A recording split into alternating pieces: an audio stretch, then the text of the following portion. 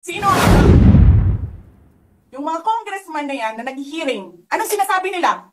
Pagkatapos, pag na-off na ang mic, pag wala ng media, pasensya na kayo ha. Kailangan kasi namin ng pera. Mag-eleksyon na kasi. Pakisabi kay Sara ha. Hindi ko naman gusto tong ginagawa ko eh. Gusto ginagawa mo eh. Bakit mo sinisira pangalan ko? Joel Chua. Yes. It's either he did not know what he was talking about, but so incompetent, or he was lying through his teeth to get the votes of people.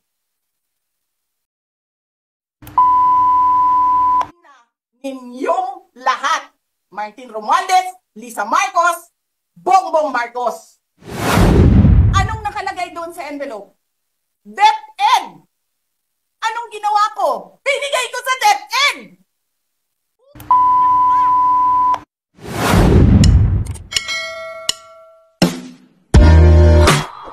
Trabaho pag Friday. Sobra kahayahay ninyo ng mga tao. Kaming lahat, sa Office of the Vice President, Monday to Friday ang mga trabaho namin. Sa ibang opisina, Monday to Friday. I'm not saying na bawal yan. But, alam mo yon, that is something that civil service should think about. May mga opisina ng gobyerno, 4 na araw lang pumapasok. Yung iba, 5 araw pumapasok. Nandyan sa daan, sa init, sa ulan, nandun sa bundok. Naglalakad, tumatawid ng mga sapa, Monday to Friday, mga government employees, and then we have a House of Representatives, Monday to Thursday lang ang trabaho. The civil service should rethink that. Ganyan. So anyway, wala sila. Wala silang trabaho. So hinahanap ko, where is this special doon sa order? Where is this special committee meeting that happened? Because they need the permission of the majority leader and the speaker. Kasi nga walang trabaho eh. So kailangan nila ng permission. Walang nakalagay doon. So how is that a legal order? Tapos nakalagay pa sa second order nila, I violated security regulations when I visited. Before ako pumupunta dito, pinapaklear ko yung oras ko. 11 to 1, 4 to 5. Anong security violations ang dinayolate ko dito sa loob? They allow other visitors to come in here. Pero ako, sinabihan ako kanina, hindi ka pwede bumisita dyan sa loob. Doon kayo sa visitor center. Ililipat namin. And then I said no.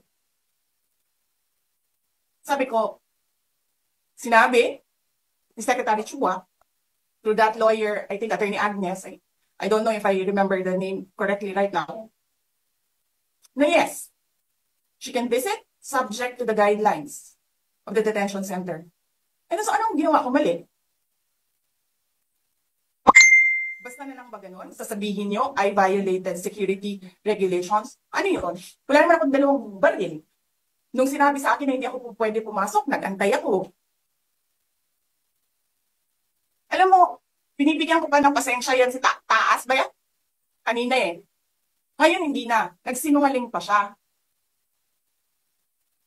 Na I refused daw to leave last night when I did not even know na pinapaalis ako. Ang sinabi lang sa akin, papatayin ang kuryente. Which I said, okay lang.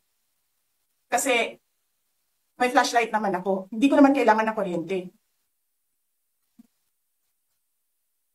Tapos kanina, sa media, pinapalabas nila na I locked myself doon sa kwarto. Of course, nag-lock ako kasi natutulog na ako.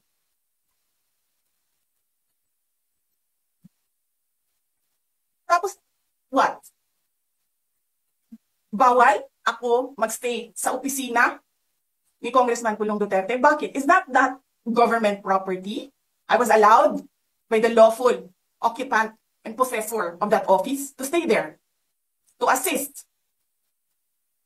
a detainee who is inconsolable right now. Na hindi mo na alam kung yung sakit niya sa likod is a heart attack o ano, kasi hindi nila pinapapasok yung doktor. Diba? So yes, hinahanap ko kanina, sabi ko, where is this permission from the speaker? Na meron kayong committee hearing kanina in the dead of the night to give an order na i-commit doon sa correctional facility. And where is the rule that says kapag may violation sa detention facility ay ililipat sa correctional facility? Ano yun? You make rules as you go along? Ano yun? Di ba dapat sa demokrasya, there's a rule of law? And then they make rules as they go along? Kung ano lang, whatever pleases the speaker, get her out of the House of Representatives kasi hindi siya dapat nandiyan. Bakit? Pag may-ari niyo ba itong compound na ito? And then sabihin pa nila sa akin na there is a threat to my life inside the batasang pambansa? Why is there a threat to my life? This is the most secured facility because nandito lahat ng mga spoiled brat sa ating bansa. Tapos, sasabihin pa nila, well, pabigat ka sa amin kasi kailangan namin dagdagan ang security mo. Bakit? Trabaho ba nila magbantay sa akin? Eh di ba trabaho ng DPSPG yun? Na may I just say? Binabawasan nila ng binabawasan araw-araw? Na as if this office is not the second highest office in this country and only because umalis ako sa administration? Kailan ba nagsimula yung atake nila? Alalahanin nyo. Diba? After ako nag-resign sa DepEd? Kailan ba nagsimula yung pambabastos nila? Last year. After that meeting with the Makabayan Bloc and Martin Romualdez. They started destroying my name, pummeling me in the media with a multi-million PR campaign. Pinastos pa nila ako ng mga pagsisinungaling nila na kesyo taksil, kesyo korap, abusado.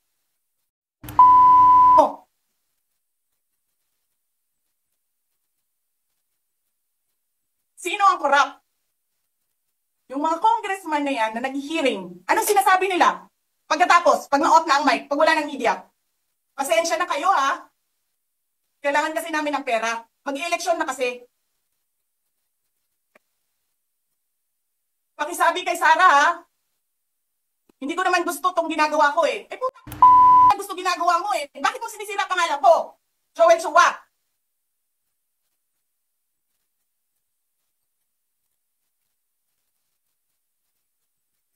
Ganyan.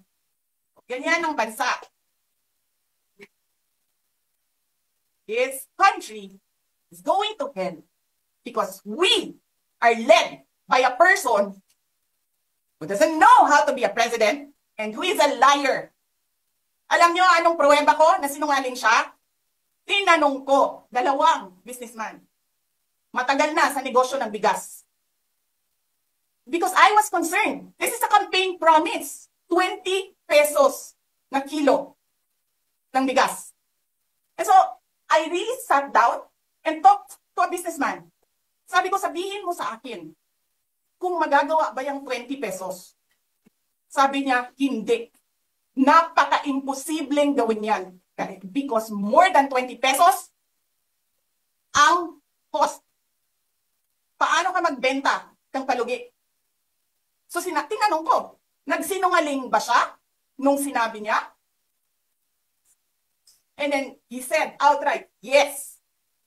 It's either he did not know what he was talking about, but so incompetent, or he was lying through his teeth to get the votes of people.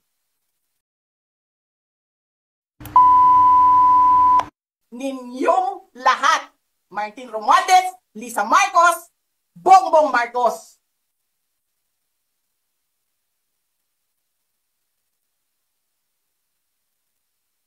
Ginigit-git nyo yung mga tao ko dyan sa envelope na yan. Lisa Marcos, naalala mo? Nagpadala ka sa akin ng video Sinabihan mo ako saan kukunin ang pera.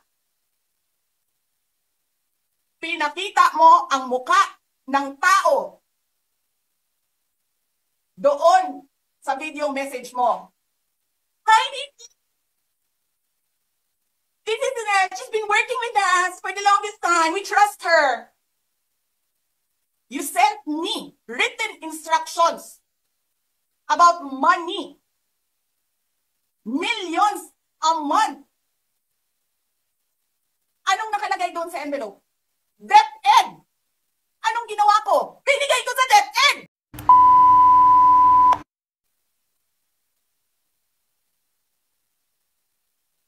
Wala ka kang posisyon sa gobyerno. Namimigay ka ng pera ng gobyerno eh.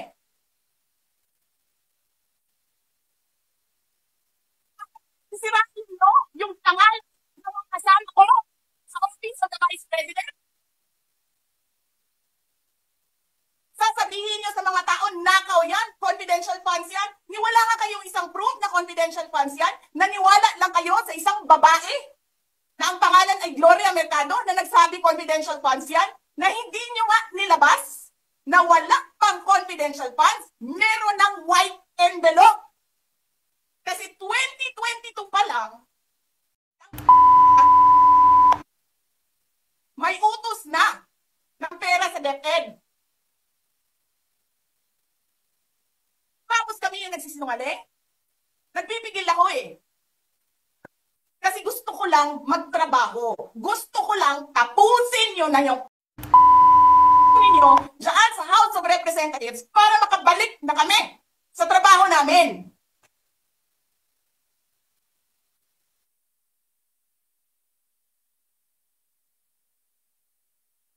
Sumusunod sa inyo?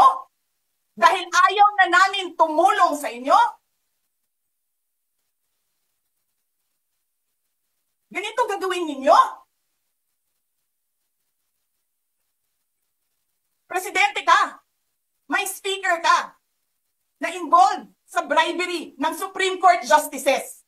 May video, may kaso, may witnesses. Hindi mo tinanggal yung speaker mo. Pinabayaan mo siya abusuhin ang pera ng bayan. Paikot-ikot sa buong bansa, namimigay ng pera na para bang kanya yung pera. Eh di ba nga, lagi niyo sinasabi separation of powers? Anong trabaho ng legislative branch? Gumawa ng batas. Anong ginagawa ni Martin Romualdez? Nagdidirect ng DSWD, namimigay ng ayuda, nagsasabi kung anong bibigay, anong ibibigay, anong gagawin, sino ba ang presidente dito?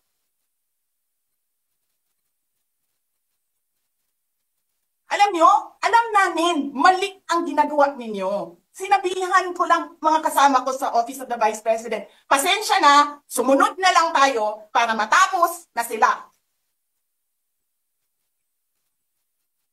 Tapos ganito ang gagawin ninyo? Alam namin, walang contemptuous doon sa ginawa ni Yusek Lopez. Wala.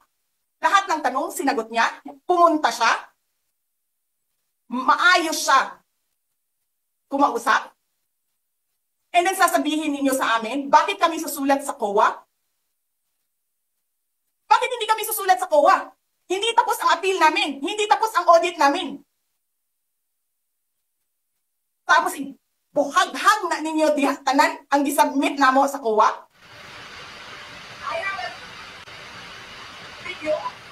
Tama ba yun? Sinasabi, katulad ko. Kasi, nagpigil ako na nagpigil. Kasi, masama sa bayan.